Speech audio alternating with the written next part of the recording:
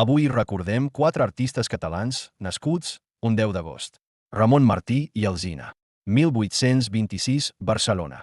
Pintor considerat una figura fonamental en la modernització de l'art català i el gran impulsor del realisme pictòric a Catalunya. Va trencar amb l'academicisme romàntic per representar la natura i la vida quotidiana amb més autenticitat. Nicanor Vázquez i Ubach. 1861, Barcelona. Pintor, il·lustrador i dibuixant de premsa vinculat al modernisme català.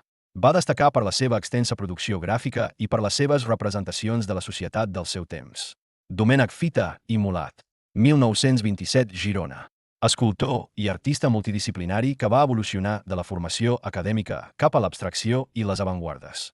Va experimentar amb una gran diversitat de tècniques i materials al llarg de la seva extensa trajectòria. Jordi Serra i Moragues. 1942, Barcelona. Ceramista pertanyent a una destacada nissaga de ceramistes catalans. La seva obra combina el domini de la tradició ceràmica amb un llenguatge pictòric lliure, espontani i contemporani.